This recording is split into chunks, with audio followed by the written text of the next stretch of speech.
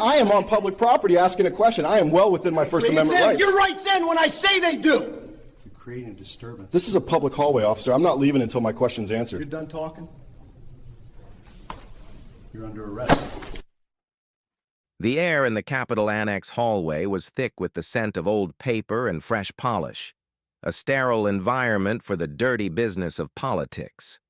Ken Giles, a reporter whose byline was synonymous with unearthing uncomfortable truths, stood his ground.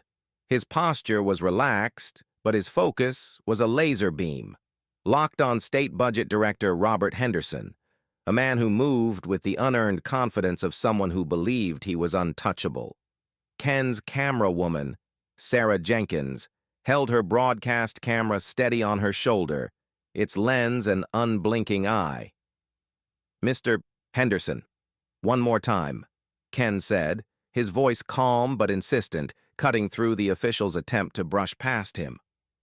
"The state's own environmental impact report on the SB 451 reservoir project, the one you personally signed off on, identified a catastrophic risk to the downstream watershed.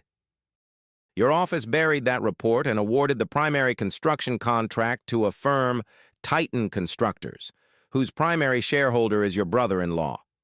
How is that anything other than a direct and corrupt conflict of interest?" Henderson's face, usually a placid mask of political smoothness, tightened. He shot a desperate look over his shoulder, a silent plea for an escape. That's when the uniformed figure stepped forward. State Trooper Mark Miller was a man built like a refrigerator, with a jaw that looked like it could crack walnuts. At 36, he still carried the rigid bearing of a man who believed the world was a simple place of orders and obedience. For the last 10 minutes, he had been standing by the marble pillar, watching the reporter with a slow-burning irritation. He saw not a journalist doing his job, but an annoyance, a disruption to the orderly flow of his assigned duty. "All right, that's enough," Miller said, his voice a low rumble that commanded attention. He placed a hand the size of a dinner plate on Ken's shoulder. It wasn't a gentle touch. "The director is leaving. You've had your fun. Back off." Ken didn't flinch. He didn't even look at the trooper. His eyes remained fixed on Henderson.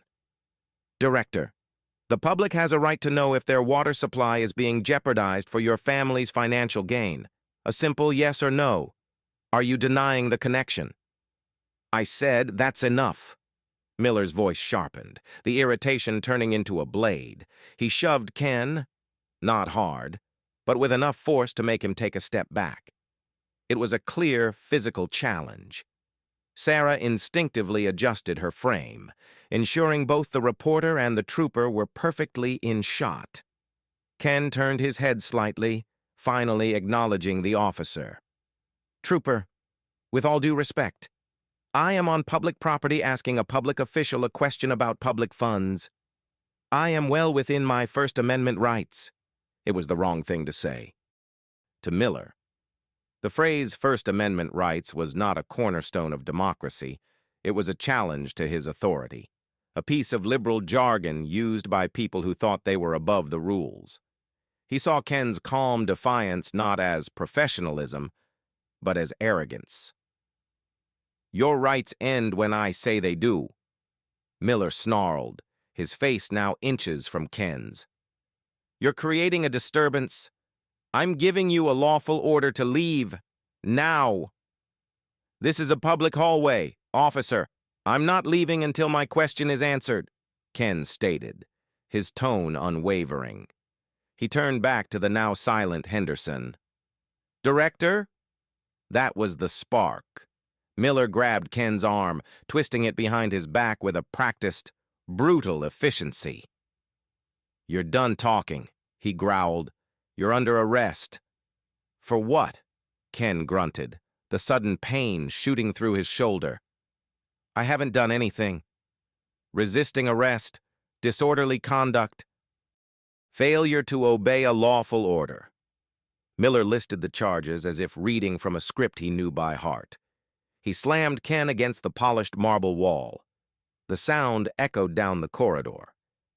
Sarah's lens zoomed in, capturing the grimace on Ken's face, the strain in his body, and the cold, unyielding expression on Trooper Miller's. The camera didn't waver. It recorded the precise moment a question became a crime, and a public servant became a tool of suppression. The red recording light was a silent witness, and it was about to show the entire world what happens when the watchdog gets a muzzle forced upon it. 2 hours earlier, the day had begun like any other for Ken Giles. The newsroom of the State Capitol Journal was a familiar ecosystem of ringing phones, clattering keyboards, and the low hum of caffeine-fueled urgency. At 44, Ken had the weary eyes and relentless energy of a man who had spent 2 decades holding power to account. His desk was an organized chaos of documents, legal pads filled with scribbled notes, and highlighted public records requests. He wasn't a flashy television personality, he was a grinder, a reporter who believed the most important stories were found not in press conferences, but in the footnotes of budget proposals and the minutes of obscure subcommittee meetings. For the past 6 months, the SB 451 Reservoir Project had been his obsession. On the surface, it was a classic piece of pork barrel politics, a massive, state-funded infrastructure project promising jobs and water security for a key political district. But Ken smelled something rotten from the start. The project had been fast-tracked, bypassing several standard regulatory reviews. The official justification was a looming drought, but Ken's sources in the state climatology office told him that was a gross exaggeration. The real breakthrough had come from a source deep inside the state's Environmental Protection Division, a career civil servant on the verge of retirement who was tired of seeing public trust eroded. He had slipped Ken a copy of the original, unredacted impact study, the one Director Henderson's office had classified and replaced with a sanitized summary. The original report was damning. It didn't just mention risks, it detailed them with terrifying precision. It predicted irreversible damage to a delicate wetland ecosystem, potential contamination of the aquifer that supplied 3 counties, and a high probability of catastrophic dam failure in the event of a 100-year flood, an event that had already happened twice in the last 50 years. But the final piece of the puzzle, the one that elevated the story from gross negligence to outright corruption, was the Titan Constructors connection. It had taken Ken weeks of digging through corporate filings and property records to definitively link the company to Henderson's brother-in-law. The contract, worth nearly $900 million, had been awarded without a competitive bidding process, justified by an emergency declaration that Ken now knew was based on a lie.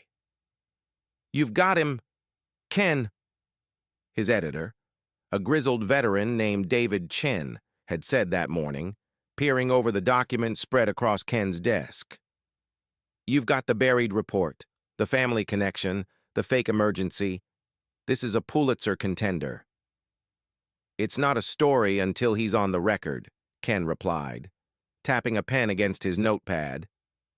"His office has stonewalled me for 3 weeks. Emails, phone calls, official requests, all ignored. Today, he's giving a briefing at the annex. He can't run from me in a public hallway." "Just be careful," David warned. "Henderson is the governor's golden boy. They're going to protect him." The state police detail at the Capitol, they're not local cops. They answer to the governor's office. They can be aggressive. Ken had nodded. He knew the risks. He'd been threatened, sued, and harassed before. It was the cost of doing the job right. He and Sarah Jenkins, his go-to camera woman for the last 5 years, had a system. Sarah was more than just a camera operator. She was a second set of eyes, a silent partner in the dance of confrontational journalism. She knew how to frame a shot to capture not just the subject, but the context, the nervous aides, the other reporters, the security personnel. She knew to keep rolling, no matter what. "Let's go." "Sarah," Ken had said, grabbing his press pass and a slim audio recorder. "Let's go ask Mr. Henderson why he's trading a clean water supply for a new beach house for his brother-in-law." As they walked towards the Capitol Annex under the bright morning sun, there was no sense of foreboding. There was only the familiar, adrenaline-laced focus that came before a major confrontation. Ken was a watchdog, and the weight of that responsibility was his armor. He was there to give voice to the facts, to ensure that those in power could not hide their actions in the shadows. He believed, perhaps naively, that the truth, presented clearly and backed by evidence, was its own protection. He could not have known that in that polished marble hallway. The very system he sought to hold accountable was about to see his questions not as a civic duty, but as a physical threat, and respond in the only way it knew how, with brute force. The atmosphere in the hallway crackled, the air displaced by Trooper Miller's sudden, aggressive movement. The quiet hum of the building was gone, replaced by a tense silence as the few aides and lobbyists who hadn't scurried away watched the confrontation unfold. Henderson, the budget director, had frozen in place, his escape route now blocked by the escalating drama. He looked like a man trapped between a predator and a cliff. "I'm not going to tell you again," Miller said, his voice dropping to a menacingly low register. His grip on Ken's arm was a vice, his knuckles white. "Let's go." Ken kept his body language deliberately non-threatening. He didn't pull away or struggle. He planted his feet and held his ground, turning his body slightly to face the trooper while keeping Henderson in his peripheral vision. "Officer, you haven't given me a lawful reason for this arrest," he said, his voice steady despite the pain radiating from his shoulder. "Asking a question is not disorderly conduct. You and I both know that." Sarah, from her position a few feet away, took a small step back, widening her shot. She captured the entire tableau. Ken, calm and defiant, Miller, a portrait of coiled rage, and Henderson, pale and indecisive, his political career hanging in the balance, being recorded from every angle. "The reason is you're interfering with my duties," Miller countered, his logic twisting to fit his actions. "My duty is to provide security for the director. You are preventing him from leaving. That's obstruction. He's free to leave at any time," Ken replied calmly. "He can also choose to answer a question that is of vital public interest. That's his choice. My presence here is not a physical barrier." He then made a critical move, shifting the focus back to the man at the center of the story. He looked past Miller's shoulder, directly at Henderson. "Director, are you ordering this officer to arrest me? Is this how your office responds to questions about public safety and corruption?" The direct challenge hung in the air. Henderson blanched. He opened his mouth, but no words came out. He was a creature of backroom deals and carefully worded press releases. This kind of raw, public confrontation was alien territory. He wanted it to end. His hesitation was all Miller needed. In the trooper's mind, the reporter's continued questioning was a sign of disrespect not just to him, but to the official he was sworn to protect. He saw it as a deliberate attempt to humiliate them both. His training, which should have been about de-escalation and protecting civil liberties, was completely subsumed by a primal instinct to establish dominance. "You don't get to talk to him anymore," Miller spat, yanking Ken's arm harder. "You lost that privilege. Now, you can either walk out of here on your own 2 feet, or I can drag you out. Your choice." "I choose to have you unhand me." "Trooper," Ken said, his voice now tinged with a cold anger of his own, "you are exceeding your authority. This is an unlawful assault, and it is being recorded." He glanced pointedly at Sarah and her camera. The mention of the camera seemed to enrage Miller further. He saw it not as a tool of public record, but as a weapon being used against him. He felt the unseen eyes of the future audience and, instead of backing down, he doubled down. "I don't give a damn about your camera," he snarled. He pushed his chest against Ken, using his size and weight to intimidate. "This is your final warning. Stop resisting." "I am not resisting," Ken said through gritted teeth, struggling to maintain his footing against the trooper's weight. "I am standing still. You are the one applying force." This final factual statement was the point of no return. For Miller, it was the ultimate act of defiance. The reporter wasn't just questioning his authority, he was narrating the trooper's own illegal actions back to him. The thin veneer of professionalism that Miller maintained cracked, and raw, unrestrained anger flooded through. He made a decision, not based on law or procedure, but on pure frustration and a desperate need to win the confrontation. His hand shot from Ken's arm to his throat, and with his other hand, he swept Ken's legs out from under him. The order had been given. The order had been defied. And now, the consequences would be swift, violent, and irreversible. The world tilted for Ken Giles. One moment he was on his feet, asserting his rights. The next, the marble floor was rushing up to meet him. Trooper Miller's takedown was brutally efficient, a move designed for maximum shock and control. Ken's head narrowly missed a heavy bronze trash receptacle. The impact of his shoulder and hip against the unyielding stone sending a starburst of pain through his entire body. The air was driven from his lungs in a sharp, involuntary gasp. The sound of the impact, a sickening, wet thud, echoed through the hallway, louder than any spoken word. It was the sound of authority crossing a line. Several onlookers gasped. Robert Henderson flinched back as if he'd been physically struck. Sarah Jenkins didn't flinch. Her training, honed over years of covering protests, riots, and standoffs, took over. Her grip on the camera tightened. Her thumb found the zoom toggle, pushing in slightly to frame Ken's face, now pressed against the cold floor, and Miller looming over him. She was no longer just a camera woman. She was a historian, documenting a moment of profound injustice. The whirring of the camera was a quiet, mechanical counterpoint to the raw human violence it was capturing. "Put your hands behind your back," Miller yelled, his voice strained with adrenaline. He drove his knee hard into the space between Ken's shoulder blades, pinning him to the floor. "I'm not fighting you," Ken managed to choke out, the trooper's weight making it difficult to breathe.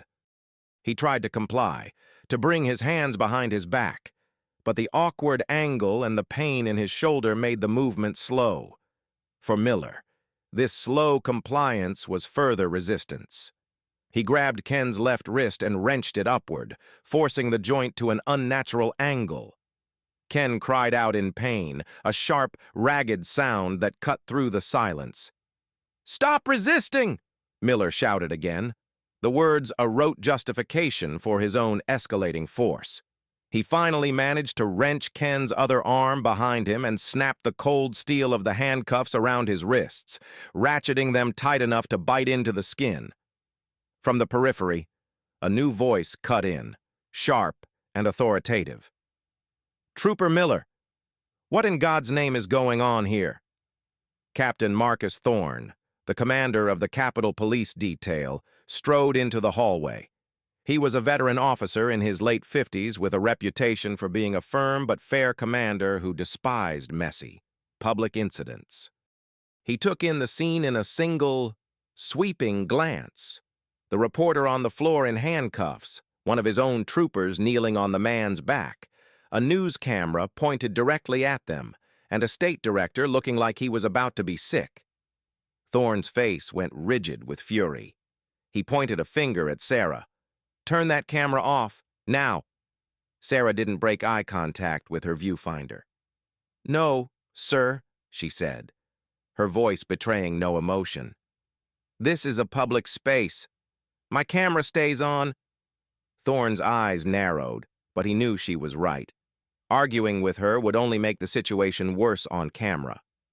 He turned his attention back to the immediate problem. "Miller, get off of him. Get him on his feet." Miller, seeming to realize for the first time that his superior was present, slowly removed his knee from Ken's back. He hauled Ken roughly to his feet. Ken stumbled, his face pale, a red abrasion already forming on his cheek where it had scraped against the floor. His suit jacket was torn at the shoulder. He was causing a disturbance. "Captain," Miller said, his tone defensive. "Refused multiple lawful orders to disperse, became aggressive when I attempted to escort him out." Ken, now standing, took a deep, ragged breath. He looked directly at Captain Thorne. "That is false, Captain," he said, his voice hoarse but clear. "I was asking Director Henderson a question. Trooper Miller assaulted me and arrested me without cause. Your officer is the one who was aggressive." Thorne's gaze flickered between his trooper and the reporter. He had known Miller for 3 years. He knew the man had a short fuse and a black-and-white view of the world. He also knew Ken Giles by reputation, a tough but respected journalist who wasn't known for being reckless. Then his eyes landed on the camera, its red light still glowing, its lens still focused. He knew, with a sinking feeling in his gut, that the truth of the matter wasn't going to be found in his trooper's report. It was going to be found in whatever was being recorded on Sarah Jenkins's memory card. And the sound of that body hitting the pavement was a sound that no explanation, however creative, was going to be able to erase. Captain Thorne's mind was racing. He was a man who understood optics, and the optics of this were a catastrophe. A uniformed state trooper kneeling on a credentialed member of the press in the halls of state government was not just a problem. It was a constitutional crisis in miniature. Broadcast live. His first instinct was to control the scene and the narrative. "All right, let's clear the hallway," Thorne commanded, his voice projecting an authority that Miller's had lacked. He gestured to another trooper who had arrived on the scene. "Get these people moving. Miller, take him downstairs. Put him in an interview room. I'll be down in a minute." As Miller began to march a still-cuffed Ken towards the stairwell, Thorne turned his attention to Sarah. He softened his tone, shifting from commander to negotiator. "Ma'am, I understand you're doing your job, but this is now an active investigation scene. I'm going to have to ask you to stop recording. And I'm going to have to respectfully decline." "Captain," Sarah replied, taking a step back to maintain her distance. "My colleague has just been arrested for doing his job. I'm going to continue doing mine, which is documenting this." Thorne ground his teeth. He knew he couldn't legally force her to stop. Any attempt to confiscate her camera would just be another lawsuit waiting to happen. He made a calculated decision. "Fine. But stay here. I need to get your statement." He then turned to the pale-faced Robert Henderson, who was now attempting to discreetly slide away. "Director, a word." Thorne's voice stopped Henderson in his tracks. "I'm going to need a statement from you as well. What happened here? From your perspective." Henderson, a man accustomed to controlling every word he uttered, was visibly flustered. He saw the camera still pointed in his direction and defaulted to political ambiguity. "It was a very aggressive situation. The reporter was insistent. I felt the trooper handled it according to his training to ensure my safety." It was a weak, non-committal statement, but it implicitly sided with Miller. It was the first official brick in the wall of the flawed narrative. Thorne nodded, his expression unreadable. Thank you. Director, an officer will be in touch to get a formal, written statement. Downstairs, in a sterile, windowless room at the Capitol Police substation. Miller shoved Ken into a hard plastic chair. The cuffs were still bitingly tight. "You brought this on yourself," Miller said, standing over him. "You think that press pass makes you special? It doesn't." Ken said nothing. He focused on his breathing, on staying calm. He knew everything he said was being recorded, and he would not give Miller any ammunition. The most powerful tool he had right now was his own restraint. A few minutes later, Captain Thorne entered the room, closing the door behind him. He pulled up a chair and sat opposite Ken. He signaled for Miller to remove the handcuffs. As the cuffs came off, Ken rotated his wrists, trying to bring feeling back into his hands. The deep red welts were stark against his skin. Thorne slid a form across the table. "This is a standard incident report. I need your version of events." Before Ken could speak, Thorne continued, his voice adopting a paternalistic, "Let's be reasonable" tone. "Look, Mr. Giles, things got a little heated up there. My trooper felt you were impeding the director's movement, creating a security issue. From where I'm standing, it looks like a simple case of misunderstanding that got out of hand. We can cite you for disorderly conduct. You pay a small fine, and we can all move on from this. No need to make it a bigger deal than it is." It was an offer of a quiet escape, a way to make the whole thing disappear. Ken looked from the captain's placid face to the blank form on the table.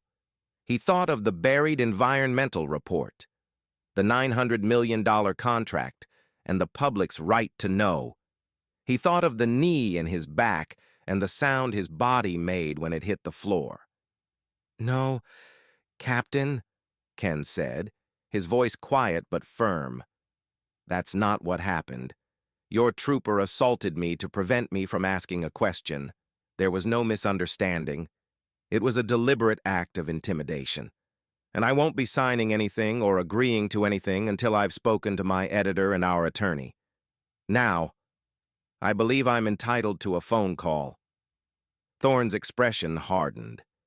The offer of an easy way out had been rejected. The narrative he had hoped to control was already slipping from his grasp. He had hoped to frame it as a minor scuffle, a regrettable but understandable overreaction. But Ken Giles wasn't playing along.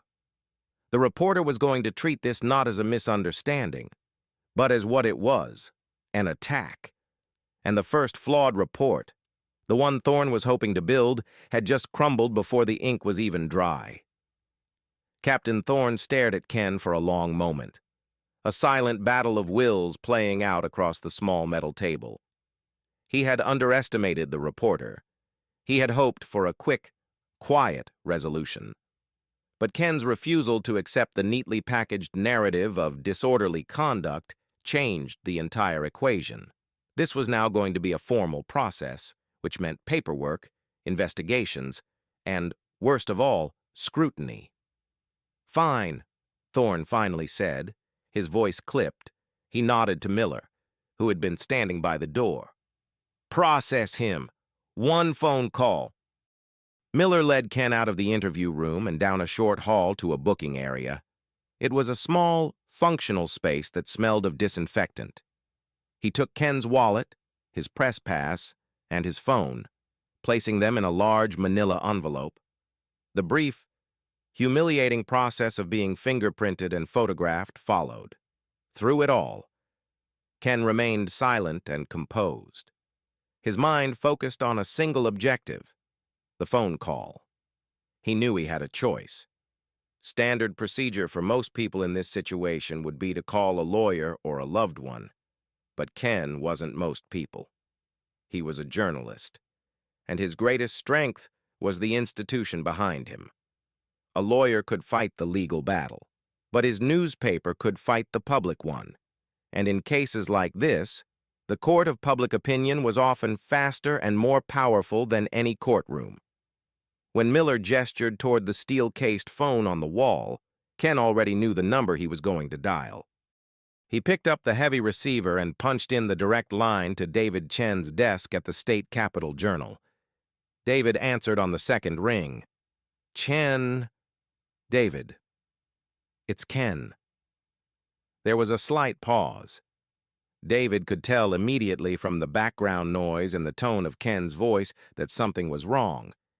Ken? Where are you? I thought you were at the annex. I am. Or I was. I'm in a holding cell at the Capitol Police substation, Ken said, keeping his voice low and steady. They arrested me. David's end of the line went silent for a beat. He was a man who had seen it all in his 40 years in the business. But this was different. Reporters getting hassled was common. Reporters getting arrested in the state capitol for asking a question was a declaration of war. Arrested for what? David asked, his voice now sharp with focus. He was already waving a hand to get the attention of the newsroom's managing editor. Disorderly conduct, resisting, failure to obey. The usual garbage, Ken explained quickly. I was pressing Henderson on the reservoir story. A state trooper, Mark Miller, told me to back off. I asserted my First Amendment rights. He slammed me to the floor and cuffed me. Are you hurt? Bruised. My shoulder's messed up, but I'm okay. The important thing, David, is Sarah. Was she there? Did she get it? Get what, Ken? All of it, Ken said, his voice intense. The takedown, the arrest, everything. As if on cue, Sarah Jenkins burst through the newsroom doors, her face flushed with adrenaline. The camera still on her shoulder. She made a beeline for David's desk. David looked up at her, and she gave a single sharp nod. Her expression said it all. She's here now, Ken, David said into the phone, his voice filled with a grim sense of purpose. She says she has it all on tape. A wave of relief washed over Ken. That was the game changer. Without the video, it was his word against a state trooper and a state director. With the video, it was an undeniable truth. Good, Ken breathed. That's everything. What do you need, Ken? David asked. Lawyer? Yes. But you handle that. Call Eleanor Vance, tell her to meet me here. But first things first, David, that video. Don't wait, don't sit on it. I want our top web editor to have it now. I want a story up on the website in the next 30 minutes. Use the headline, State Trooper Arrests Journal Reporter for Asking Questions About Reservoir Deal. I want the raw footage, unedited, front and center. Let the world see exactly what happened in that hallway. Consider it done, David said, his voice like flint. We're behind you. Ken, 100%. We'll have you out of there. I know, Ken said, and for the first time, a small, grim smile touched his lips. He hung up the phone. As Trooper Miller led him to a small, concrete holding cell, Ken no longer felt like a victim. The initial shock and pain had subsided, replaced by a cold, clear sense of resolve. He had made his move. The phone call wasn't just a request for help, it was a command that had launched a missile. The story was no longer just about a corrupt reservoir deal. It was now about the freedom of the press itself, and the evidence that would ignite the firestorm was, at that very moment, being uploaded to a server, ready to be seen by millions. Miller could lock him in a cell, but he couldn't stop the signal. The firestorm was coming. The State Capitol Journal's newsroom moved with the synchronized chaos of a special operations team.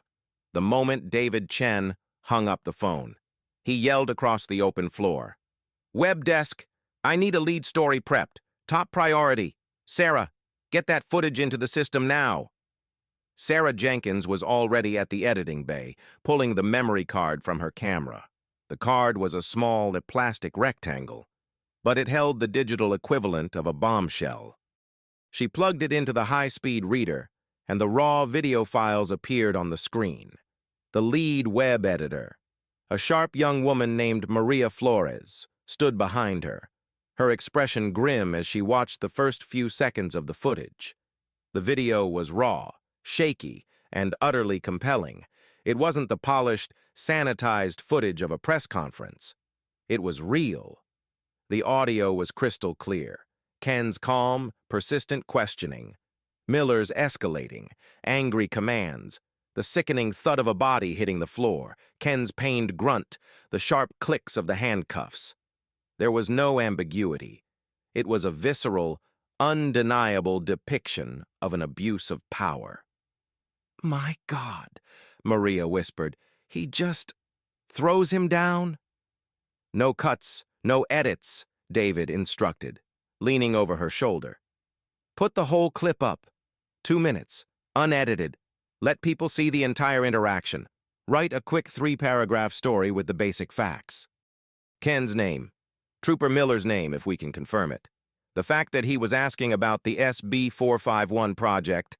Get it live. Now." Within 25 minutes of Ken's phone call, the story was on the Journal's homepage. The headline was exactly as Ken had dictated. Beneath it, the video player was embedded, front and center. The effect was instantaneous and explosive. The story was first shared by other local journalists, then by political activists, then by national news organizations. On Twitter, the hashtag #FreeKenGiles started trending within the hour.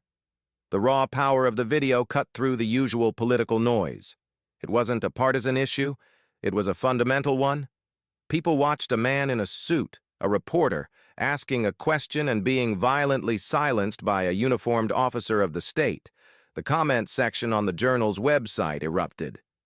"This is what a police state looks like." Since when is asking a question resisting arrest? That trooper needs to be fired and charged with assault. The governor's press office, which had been preparing a generic statement about a minor incident at the Capitol, was caught completely flat-footed. Phones began ringing off the hook from national media outlets, CNN, the New York Times, the Washington Post. They weren't asking for the state's side of the story. They were asking for a reaction to the video that everyone was now watching. Back at the Capitol Police substation, Captain Thorne was in his office, beginning the tedious process of writing his incident report. He was carefully choosing his words, framing the event as a necessary de-escalation of a non-compliant individual. He was interrupted by a frantic call from the governor's chief of staff. "Marcus, what the hell is happening at your station?" the chief of staff yelled, his voice panicked. "My phone is blowing up. There's a video of one of your troopers body-slamming a reporter."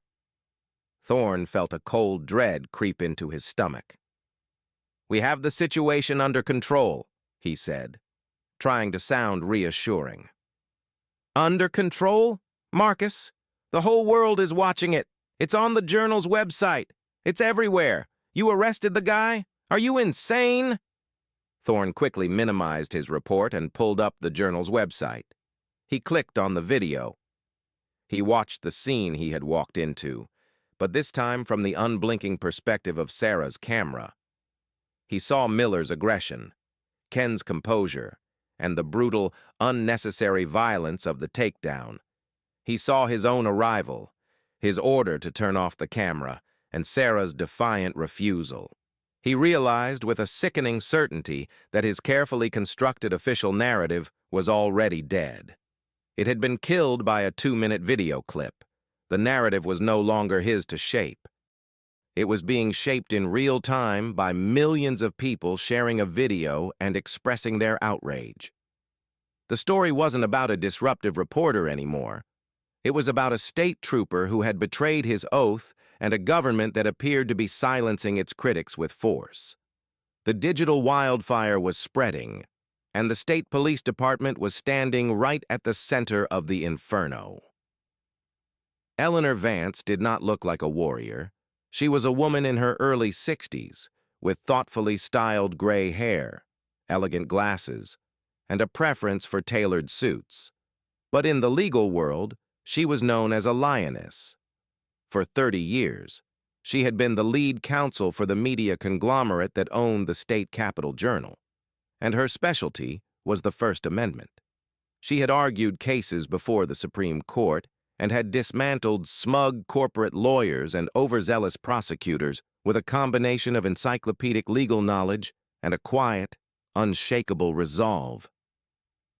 She was in her downtown office, reviewing a pre-publication libel check, when her assistant buzzed her. "Mr. Chen from the Journal is on line 1. He says it's an emergency." Eleanor picked up the phone. "David, what's the fire?" David quickly recounted the events of the last hour. From Ken's arrest to the release of the video, Eleanor listened without interruption, her fingers tapping a silent rhythm on her leather-bound desk blotter. "I've seen the video. David," she said as soon as he finished.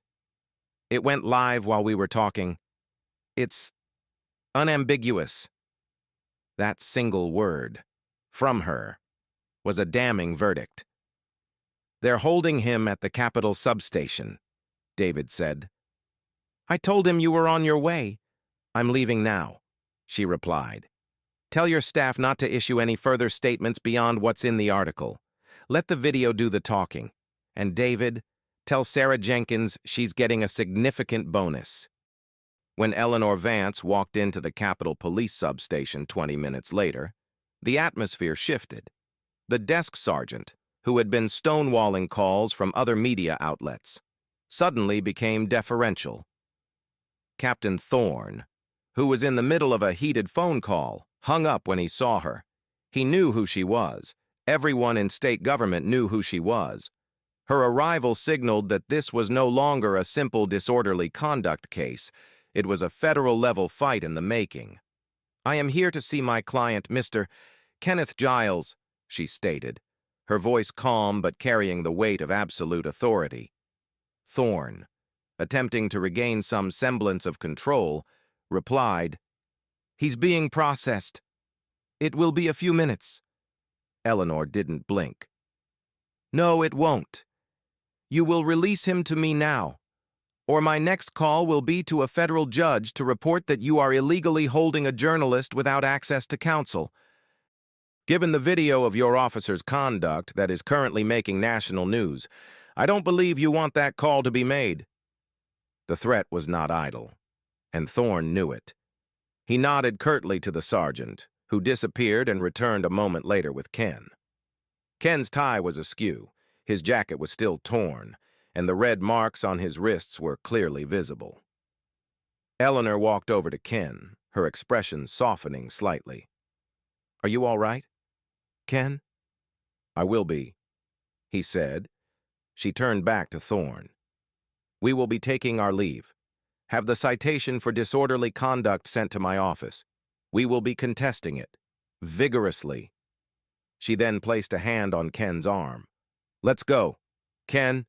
As they walked out into the bright afternoon sun, past a growing crowd of reporters and television cameras that had gathered on the sidewalk, Eleanor spoke in a low voice. "They messed up, Ken. They messed up badly. That trooper didn't just arrest you. He handed us a perfect First Amendment case on a silver platter." In the car on the way to her office, she looked at him, her gaze analytical. "They'll offer to drop the charges in exchange for you signing a waiver, promising not to sue. We are not going to accept that." "I had no intention of accepting," Ken said. "Good." Eleanor nodded. "Because this isn't about a dropped charge anymore. This is about punitive damages. This is about a federal court order mandating First Amendment training for every single trooper in this state. This is about making an example of Trooper Mark Miller and the department that trained him, so that the next time one of our reporters asks a tough question, the officer standing by thinks twice before putting his hands on them." She looked out the window at the passing city. "They tried to silence one reporter," she said, more to herself than to him. "Instead, they've just amplified his voice 1,000 times over." The legal lioness had been roused, and she was already planning the hunt. The internal investigation began less than 24 hours after Ken's arrest. Prompted by a flood of furious calls from state legislators and the governor's office, Captain Thorne was tasked with conducting the initial interviews, a job he now approached with the weary resignation of a man in charge of his own department's autopsy. His first interview was with Trooper Mark Miller. They sat in the same sterile interview room where Ken had been held. Miller, out of uniform and in civilian clothes, looked smaller, less imposing. The bravado he had displayed in the hallway was gone, replaced by a sullen, defensive posture. "Walk me through it again, Mark," Thorne said, clicking his pen. "From the moment you first engaged with Mr. Giles." Miller recited his version of events, the one he had prepared and rehearsed in his mind. The reporter was harassing the director. He was loud, aggressive, blocking his path. I gave him multiple verbal commands to step back and allow the director to proceed. He refused. He became argumentative, citing his rights. When I went to escort him away, he tensed up, squared his shoulders. I interpreted his posture as pre-assaultive. I used a standard takedown technique to gain control of a non-compliant subject. It was a story built from the standard lexicon of police reports, designed to sound objective and professional. Under normal circumstances, without video evidence, it would have been enough to close the case and justify the arrest. But these were not normal circumstances. Thorne sighed and turned the laptop on the table to face Miller. He clicked play. The video from the Journal's website filled the screen. He let the entire 2-minute clip play without comment. The man on the screen bore little resemblance to the loud, aggressive individual Miller had just described. Ken's voice was calm. His posture was open. He was not blocking Henderson's path. The video clearly showed Miller initiating all the physical contact. It showed Miller's face contorted in anger. And it showed a takedown that was anything but a standard procedure for a non-compliant subject. It was a sudden, violent assault. When the video ended, a heavy silence filled the room. "The video doesn't seem to match your description, Mark," Thorne said quietly. "He wasn't shouting. He wasn't blocking anyone. And pre-assaultive? He was standing still, talking. You told me he became aggressive. What I see here is you becoming aggressive." Miller's face flushed. "The camera doesn't show everything. It doesn't show the tension. You had to be there. He was challenging my authority in front of an official. I can't let that happen. It undermines security." "He wasn't challenging your authority, Mark. He was asserting his rights," Thorne countered, his patience wearing thin. "And your job is to respect those rights, not trample on them because your feelings got hurt. You said he tensed up. I've watched this frame by frame. He tensed up when you grabbed him and twisted his arm. Anyone would—" The cracks in Miller's story were becoming chasms. His justification relied on subjective feelings, tension, disrespect, that were directly contradicted by the objective reality of the video. "And the takedown," Thorne continued, leaning forward. "Why was that necessary? He's a reporter with a notepad, not a terrorist with a weapon. You could have simply cuffed him while he was standing if you truly felt an arrest was warranted." "I made a tactical decision in the moment," Miller said, his voice weak. "I had to ensure the safety of the director." "The director was in no danger," Thorne shot back, his voice rising. "The only person in danger in that hallway was Ken Giles, and he was in danger from you. You lost your temper. Mark, you let a reporter get under your skin, and you reacted with excessive force. That's what this video shows. That's what any jury in the world is going to see." Miller slumped in his chair, the defensive facade crumbling. He had built his official story on a foundation of sand, and the tidal wave of video evidence had just washed it all away. He had no other explanation, No other justification. There was only the video, playing on a loop, a silent digital witness to his career-ending mistake. He stared at the blank screen of the laptop, realizing that his own words had just become the first official testimony for the prosecution. The story he told himself was a lie, and now everyone knew it. The story of Ken Giles's arrest was no longer a local issue. The video, having saturated social media, became a lead story on national news broadcasts. Cable news panels debated the incident, playing the clip on a loop. It was a perfect, self-contained drama that touched on core American anxieties about the press, policing, and the abuse of power. Within 48 hours, the national watchdogs began to circle. These were the powerful non-profit organizations dedicated to defending journalistic freedom. And when they spoke, their voices echoed in the halls of Congress and the Department of Justice. The first statement came from the Reporters Committee for Freedom of the Press. It was sharp, unequivocal, and legally precise. The arrest of Ken Giles is a chilling affront to the First Amendment. The video evidence clearly shows a journalist engaged in constitutionally protected news-gathering activity who was subjected to unprovoked violence and a retaliatory arrest by a state police officer. This is not just an attack on Mr. Giles. It is an attack on the public's right to be informed. We demand the immediate dismissal of all charges against Mr. Giles and a full, transparent investigation into the conduct of Trooper Mark Miller and the state police. Next came the Society of Professional Journalists. Their statement was less about the law and more about the fundamental principle. A reporter's notepad is not a weapon.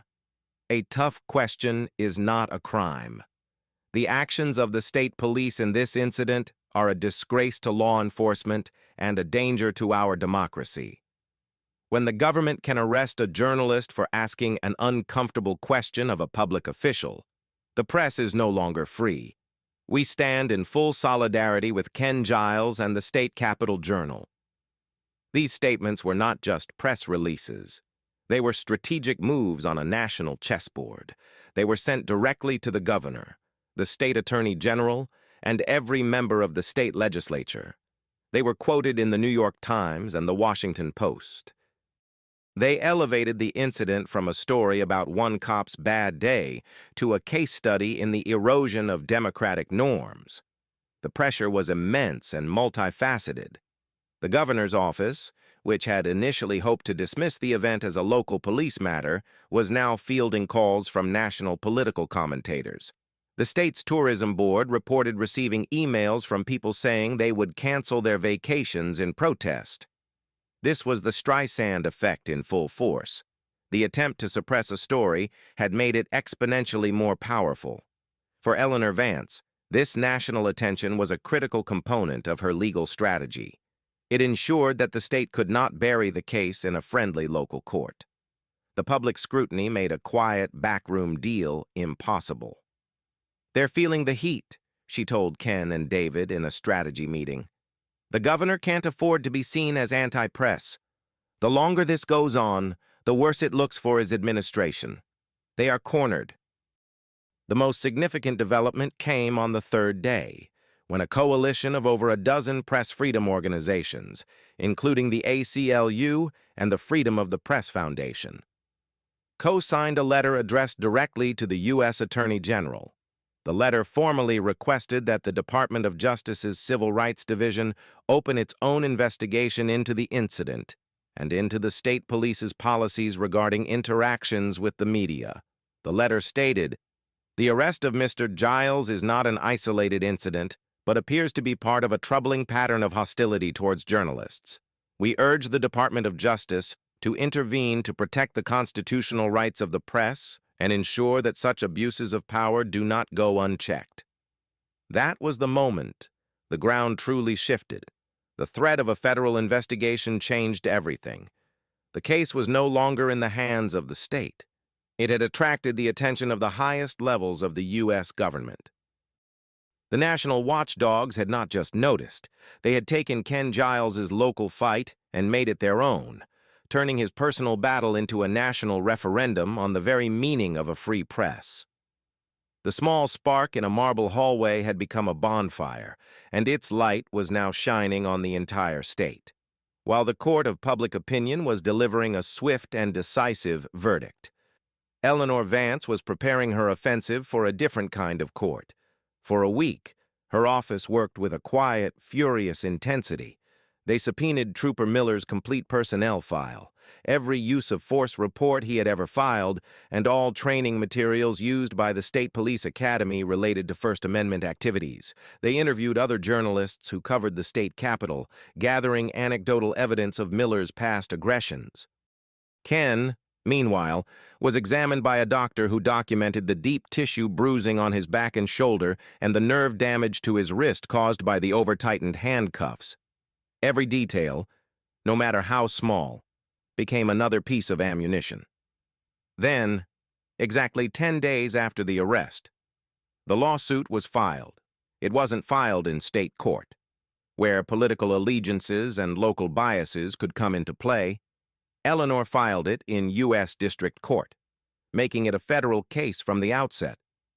The legal document landed like a shockwave. It was not a simple assault claim. It was a comprehensive, multi-count civil rights lawsuit filed under Section 1983, a federal law that allows citizens to sue government officials for depriving them of their constitutional rights. The defendants were listed as Trooper Mark Miller in his individual capacity, and the State Police Department as an institution. The lawsuit sought damages for a litany of violations. First, a violation of Ken's First Amendment rights, specifically the freedom of speech and the freedom of the press, arguing the arrest was purely retaliatory for his news gathering. Second, a violation of his Fourth Amendment rights against unreasonable seizure and excessive force. Third, malicious prosecution and false arrest, arguing there was no probable cause for any of the charges. Fourth, a Monell claim against the State Police Department itself. This was the most powerful and far-reaching part of the lawsuit. It argued that Miller's actions were not those of a single bad apple, but were the result of the department's own policies, customs, and, most importantly, its deliberate failure to properly train its officers on the constitutional rights of citizens and the press. The lawsuit didn't just ask for money. It asked for a permanent injunction to prevent the state police from interfering with lawful news-gathering activities in the future. It demanded a complete, court-supervised overhaul of the department's training programs concerning the First Amendment. The dollar amount attached was staggering, $6.5 million. It was a number designed not just to compensate Ken for his injuries and emotional distress, but to punish the state and serve as a powerful deterrent. It was a number that made headlines. The filing was a masterclass in legal strategy. It attached dozens of exhibits, including a full transcript of the video, stills highlighting Miller's aggression, and the sworn affidavit from the doctor. It also included affidavits from 3 other reporters who detailed previous instances where Trooper Miller had used physical intimidation to prevent them from questioning public officials. This established a clear pattern of behavior.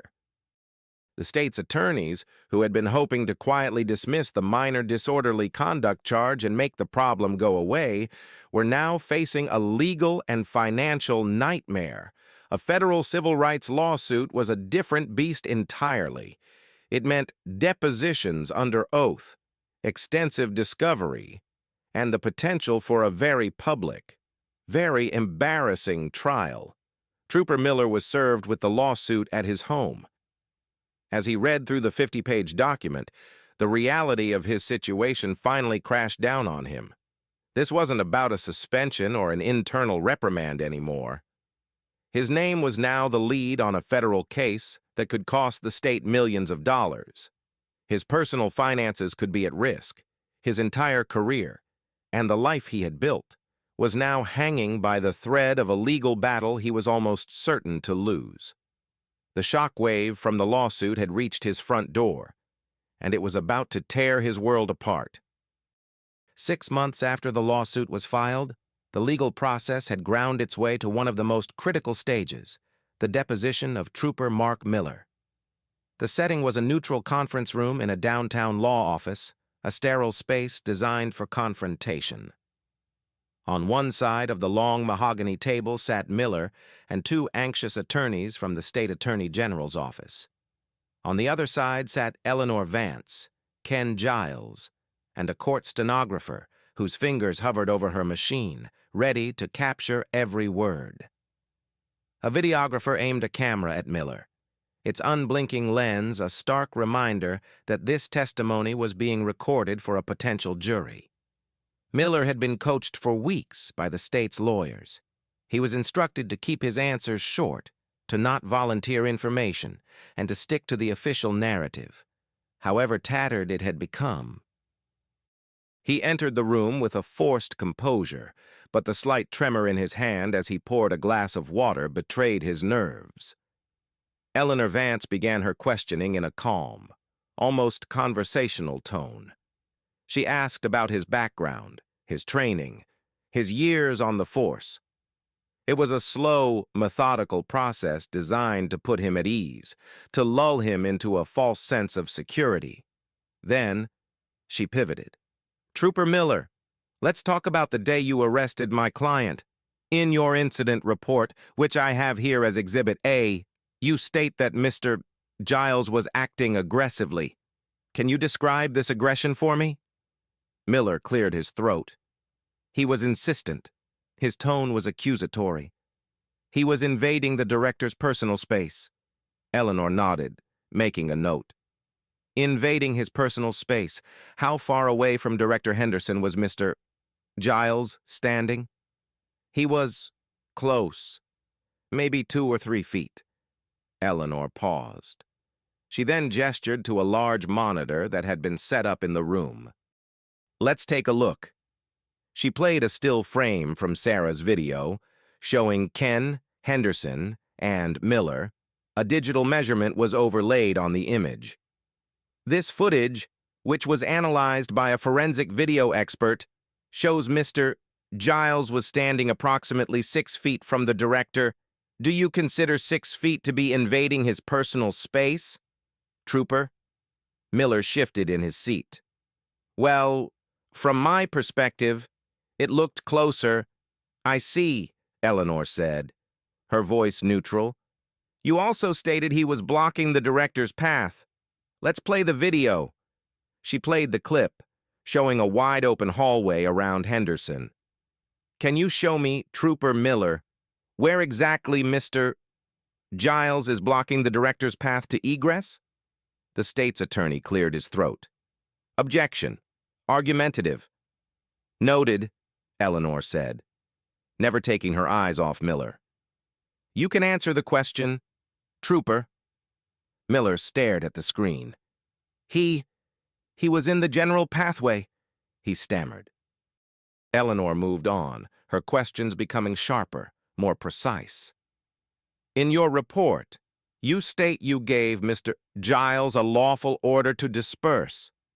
What was the unlawful assembly he was part of that needed dispersing?" "It wasn't an assembly. It was just him. I ordered him to leave the area." "On what grounds? It was a public hallway in the state capitol, was it not?" "He was causing a disturbance." "What was the disturbance?" "Trooper, was he yelling?" "The audio from the recording indicates his voice was at a normal conversational level. It's not just about volume. It's the whole situation. He was creating a scene." "A scene where a journalist was asking a question of a public official?" Eleanor countered. "Is that what you're trained to identify as a disturbance?" The questioning continued like this for hours. Every statement Miller had made in his official report was held up against the video evidence and found wanting. Eleanor dismantled his testimony piece by piece, not with theatrics or shouting, but with cold, hard facts. The final exchange was the most brutal. "Trooper Miller, you arrested Mr. Giles for, among other things, resisting arrest. Is that correct? Yes, it is. Please describe for me, in detail, how he resisted. When I went to take his arm, he tensed up. He pulled away from me. Eleanor leaned forward, her eyes locking onto his. Let's watch again, shall we? She played the video in slow motion. It clearly showed Ken standing still. It showed Miller grabbing his arm, and then Ken's body reacting, his muscles tensing involuntarily from the sudden, painful motion. Trooper, isn't it true that Mr. Giles did not tense up until after you initiated physical contact? Isn't it true that his body's reaction was a direct result of you grabbing and twisting his arm without provocation? Miller's composure finally broke. His face was slick with sweat. He looked at his lawyers, who could offer no help. He looked at the camera, then at Ken. He shouldn't have been challenging me, he muttered. The coached answers forgotten, a flash of the real anger from that day showing through. You don't get to argue with a trooper. That's not how it works. Eleanor leaned back in her chair.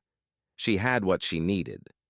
It was a confession, not of a crime, but of a mindset that saw a question as a challenge, and a citizen's rights as an argument.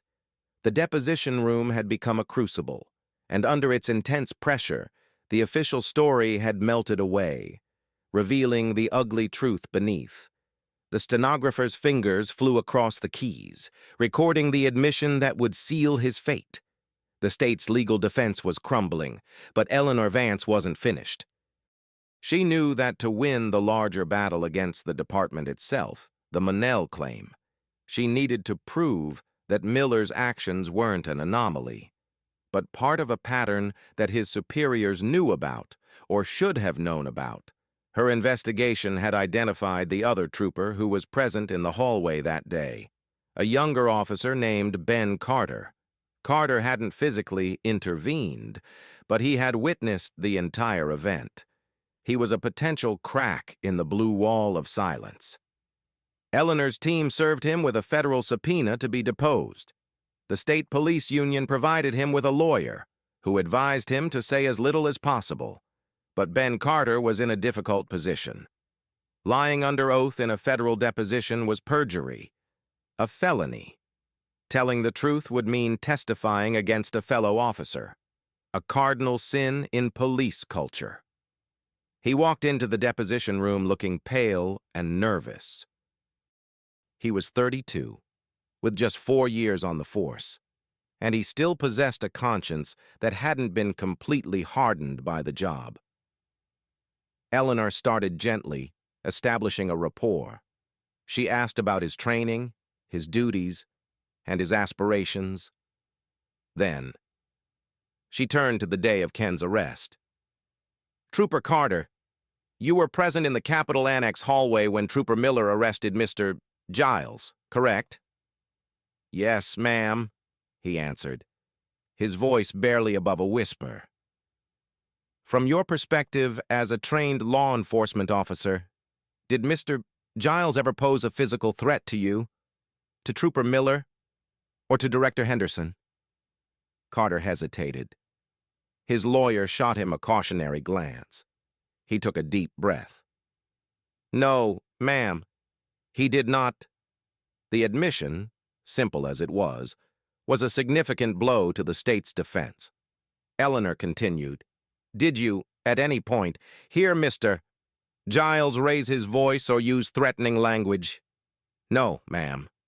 So, in your view, there was no verbal or physical threat. Is that correct? Yes, ma'am.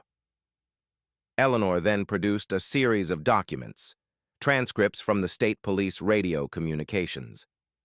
Trooper Carter, after the arrest, I have a record of Captain Thorne asking over the radio for a secondary unit to attend. You responded, is that right? Yes. And Captain Thorne asked you if the situation was Code 4, meaning under control, and you replied, affirmative. But then, a few seconds later, you transmitted again, didn't you? You requested to speak with the captain on a secure, private channel. Carter's eyes widened slightly. He hadn't expected her to have that. Yes. Why did you want a private channel? Trooper Carter. What did you not want to say over the open radio? This was the moment of truth. He could claim it was a routine procedural matter, or he could tell the truth. He looked at his hands, then back at Eleanor. The weight of the federal oath seemed to press down on him. I was concerned about the arrest, he said, the words coming out in a rush. I didn't think it was a good arrest, and I wanted to tell the captain that I thought Miller had lost his temper. The room was silent, save for the clacking of the stenographer's keys. Ken Giles looked at the young trooper with a newfound respect. Eleanor's voice was soft, encouraging. This wasn't the first time you'd been concerned about Trooper Miller's temper, was it? Objection, Carter's lawyer interjected. Relevance. It speaks directly to a pattern of behavior and the department's knowledge of it. Counsel. It's highly relevant. Eleanor shot back, not breaking her gaze from Carter. Please answer the question. Trooper. Carter swallowed hard. There had been other times. He has a reputation. He doesn't like it when people question him, especially reporters. Can you give me a specific example? He recounted an incident from the year before, during a protest at the Capitol, where Miller had shoved a female photojournalist and knocked her camera to the ground, screaming at her to get back, even though she was well behind the police line. Was an official report filed? Eleanor asked. No, ma'am. The captain just told him to cool off. It was handled internally. It was the final nail in the coffin. Carter's testimony did more than just corroborate Ken's version of events. It confirmed that Miller had a history of aggression towards the media, a history that his superiors were aware of and had failed to address. It proved the central argument of the Monell claim. This wasn't about one trooper's mistake. It was about a departmental culture that tolerated and covered up such behavior. The partner's conscience had provided the damning testimony that would bring the whole wall down. With Trooper Carter's deposition, the state's legal position had become utterly indefensible. They had a video showing a clear case of excessive force. They had a deposition from the arresting officer where he contradicted his own report and admitted his motive was based on feeling challenged. And now they had testimony from a fellow trooper confirming a pattern of aggression and a supervisor's failure to act. The prospect of taking this case to a jury was no longer a risk. It was a guaranteed, spectacular loss. The political pressure was also reaching a boiling point. The governor was heading into an election year, and the story of his state police assaulting a reporter was a toxic anchor dragging down his campaign. He wanted the story gone. Yesterday. The state's attorneys called Eleanor Vance's office and requested a settlement conference. It was the signal of surrender. They met in the same neutral conference room where the depositions had taken place. This time, the lead attorney for the state, a weary-looking man named George Franklin, was there, along with a representative from the governor's office. Franklin began with a practiced air of conciliation. Eleanor, we've all reviewed the evidence and the testimony. It's clear that Trooper Miller's actions on that day were regrettable and did not meet the standards we expect from our officers. The state is prepared to make a substantial offer to resolve this matter, to compensate Mr. Giles for his experience, and to put this unfortunate incident behind all of us. He slid a folder across the table. The state is offering Mr. Giles a settlement of $2 million. In return, we would require a standard non-disclosure agreement and a dismissal of the lawsuit with prejudice. Eleanor opened the folder but didn't look at the number. She looked at Ken, then back at the attorney. An NDA? You want us to take the money and agree to never speak about this again? It's standard procedure. Eleanor, it allows both sides to move on, Franklin said. Ken Giles, who had remained silent until now, spoke for the first time. His voice was calm and measured. "Mr. Franklin, this was never just about me, and it was never just about money. It's about the public's right to know. It's about ensuring that what happened to me doesn't happen to another reporter. Accepting a secret settlement that allows your department to avoid public accountability is a betrayal of the very principles I was fighting for in that hallway. We are not interested in a quiet exit." Eleanor Vance nodded in agreement. The non-disclosure agreement is a non-starter. Furthermore, this lawsuit isn't just about damages. It's about systemic change. Your offer doesn't address the core issues. She slid a single piece of paper back across the table. It was their counteroffer. It contained a list of non-negotiable demands. 1. Public accountability. The full settlement amount of $6.5 million, as demanded in the original lawsuit. The amount would be a matter of public record. No confidentiality. 2. Employment termination. The immediate termination of Trooper Mark Miller from the state police force, with a public statement from the department confirming the reason was for gross misconduct and violation of civil rights. 3. Decertification. The department must formally request that the state's Law Enforcement Certification Board permanently revoke Miller's credentials, ensuring he can never work as a police officer in the state again. 4. Mandatory training. The state police must enter into a court-enforced agreement to implement a new comprehensive training program on First Amendment rights and de-escalation techniques, designed in consultation with a press freedom organization of our choosing. Woo. Public apology. A formal, public letter of apology from the head of the state police and the governor to Mr. Giles and the State Capitol Journal. Franklin stared at the list, his face paling. "Eleanor, This isn't a settlement. This is a complete capitulation." "That's correct," she said, her voice like ice. "Your trooper committed an act of violence to silence a journalist on camera. Your department covered up his past behavior. The time for negotiation is over. These are our terms. All of them. You can either agree to them or we will see you in court. And I promise you, the jury will be watching the same video the rest of the world has already seen." The state's desperate attempt at a quiet exit had failed. They had tried to buy their way out of the scandal, to bury it under a pile of money and a legally binding silence. But Ken Giles and Eleanor Vance had refused.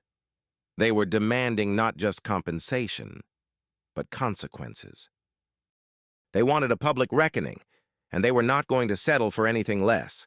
The state's attorneys were trapped. A public trial was politically and legally unwinnable. The video alone would be enough to sway a jury, and the testimony from Trooper Carter would annihilate any remaining shred of the department's credibility.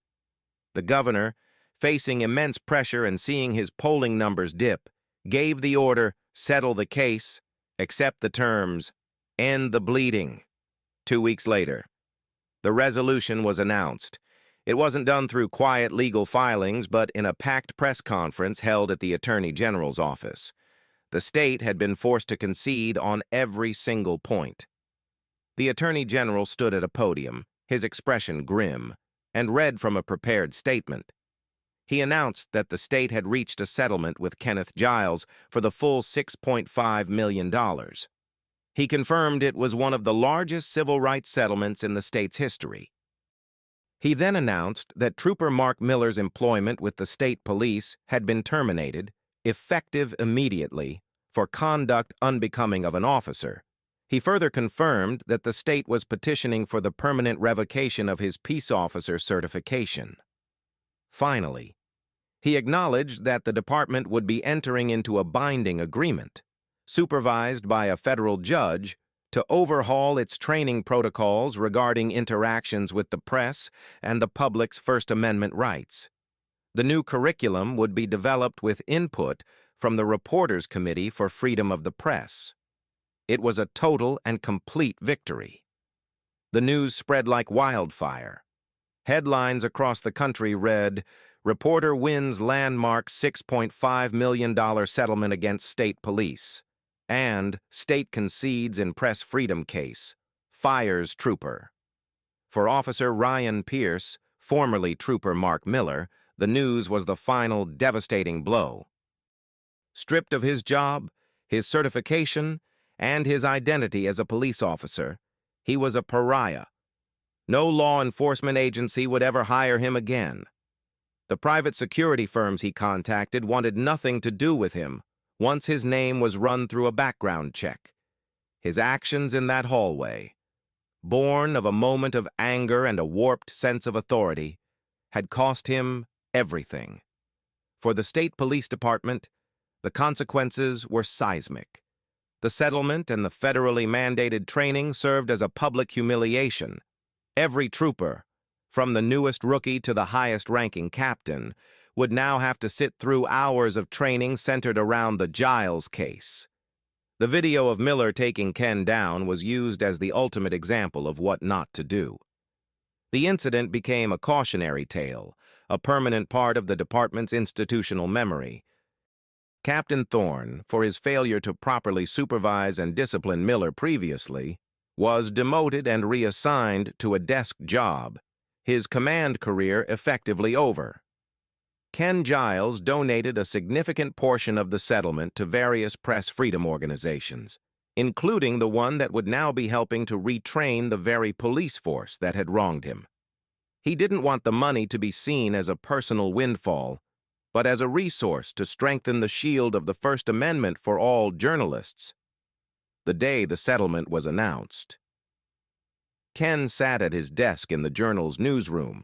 His colleagues offered congratulations, but he felt less celebratory and more resolved. David Chen walked over and placed a hand on his shoulder. "You did it, Ken," he said.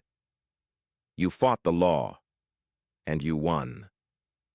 Ken looked up at his editor, then around at the familiar, chaotic energy of the newsroom. "We won," he corrected. "But the fight's never really over, is it?" He turned back to his computer screen. On it was a fresh lead for a new story, a tip about potential corruption in the state's highway department. The landmark victory was not an endpoint. It was not a reason to rest. For Ken, it was simply the fuel that would allow him, and journalists like him, to continue their work, to ask the uncomfortable questions, to hold power to account, and to stand firm in the knowledge that their rights, when defended, were not so easily broken. The victory was a powerful affirmation, a clear message sent to every corner of the government. The press was watching, and its voice would not be silenced. In the months that followed the settlement, a subtle but significant change could be felt in the marble hallways of the state capitol. Reporters found that public officials were slightly more accessible. The ever-present state police details seemed to keep a more respectful distance. The invisible barrier of intimidation that had often separated the press from power had become more porous. The Giles case had become a verb in the Capitol lexicon. Don't get yourself Giles-ed. The echo of accountability was long and resonant.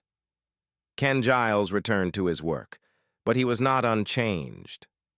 The incident had solidified his belief in the core mission of journalism, but it had also left him with a deeper understanding of its fragility. He continued to break major stories, his reporting as sharp and relentless as ever.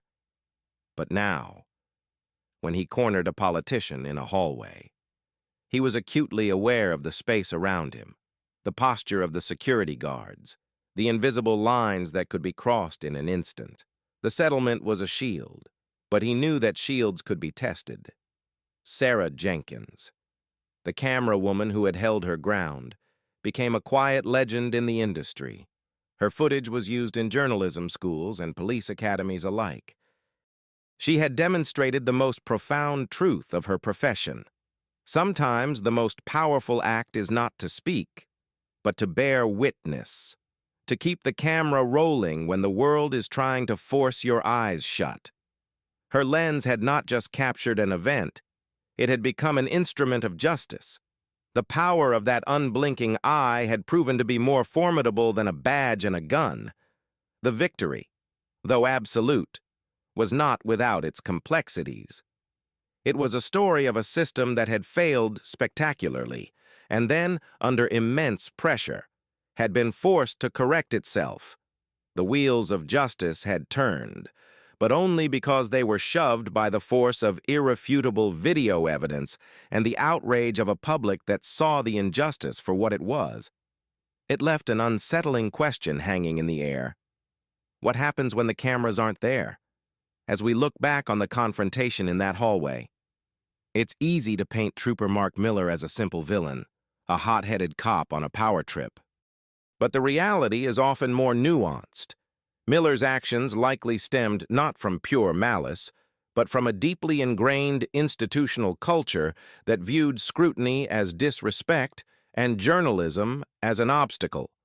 He was a man armed with the immense authority of the state, yet he felt profoundly powerless when challenged by a question he couldn't answer and an institution he didn't understand. His lashing out was a desperate, failed attempt to regain control. Had he been trained to see the press as a vital part of the democratic process instead of an enemy, perhaps he would have simply stepped aside. Had his superiors taken his past aggressions seriously instead of sweeping them under the rug, he might not have been in that hallway at all. For Ken, the outcome was a victory, but the path was perilous. If Sarah hadn't been there, if she hadn't held the camera steady, the narrative could have been his word against a trooper's official report. He might have been just another statistic, another citizen railroaded by a flawed system. This story could have ended very differently. With a reporter's career in ruins and a corrupt official's secrets remaining safe, his victory depended on a perfect storm of evidence, institutional backing, and legal brilliance. The lesson here is a profound one. Freedom of the press is not an abstract concept from a history textbook. It is a living, breathing right that requires constant defense. It is exercised every time a reporter asks a tough question and protected every time we, the public, stand behind them. The camera in that hallway acted as our eyes, ensuring the truth could not be buried. Miller's career ended not just because of what he did, but because we all saw him do it. It's a stark reminder that accountability rarely happens in the dark. It requires light, and often, we are the ones who must demand that the light be turned on. We'd love to hear your thoughts on this. At what point do you think the trooper crossed the line from maintaining order to abusing his power? And how important is it for citizens and journalists to record interactions with law enforcement? Let us know your perspective in the comments below. And if this story resonated with you, please consider liking and subscribing for more content that holds power to account.